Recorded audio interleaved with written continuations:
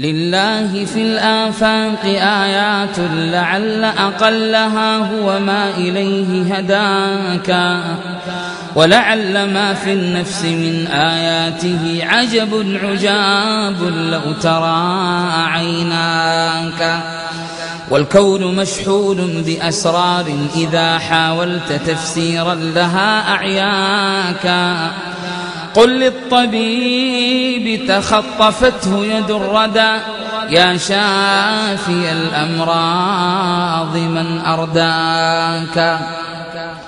قل للمريض نجا وعوفي بعدما عجزت فنون الطب من عافاك. قل للصحيح يموت لا من علة من بالمنايا يا صحيح دهاك.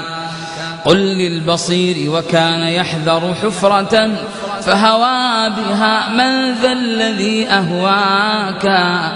بل سائل الأعمى خطا بين الزحام بلا اصطدام من يقود خطاك.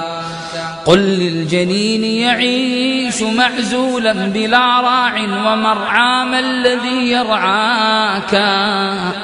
قل للوليد بكى وأجهش بالبكاء لدى الولادة ما الذي أبكاك.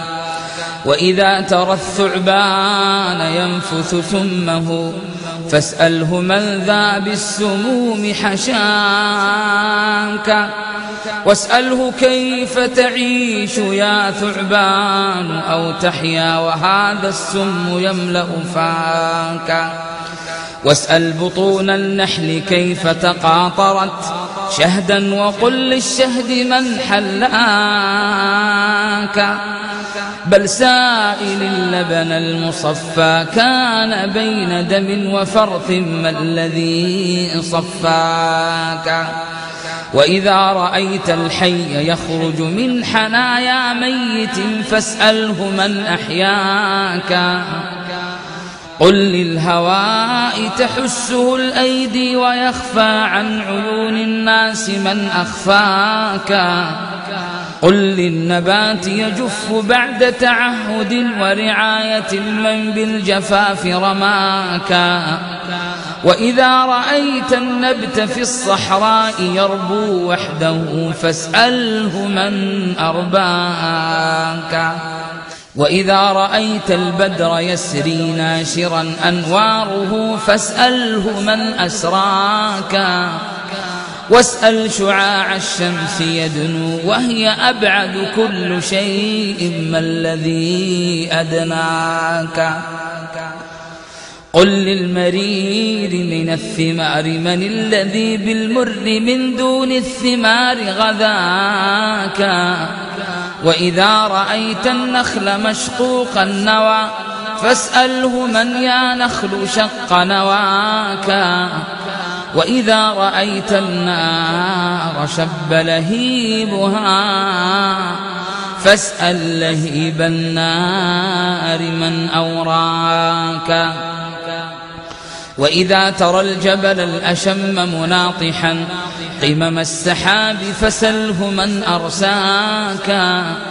وإذا ترى صخرا تفجر بالمياه فسله من بالماء شق صفاك. وإذا رأيت النهر بالعذب الزلال جرى فسله من الذي أجراك. وإذا رأيت البحر بالملح الأجاج طغى فسله من الذي أطغاك.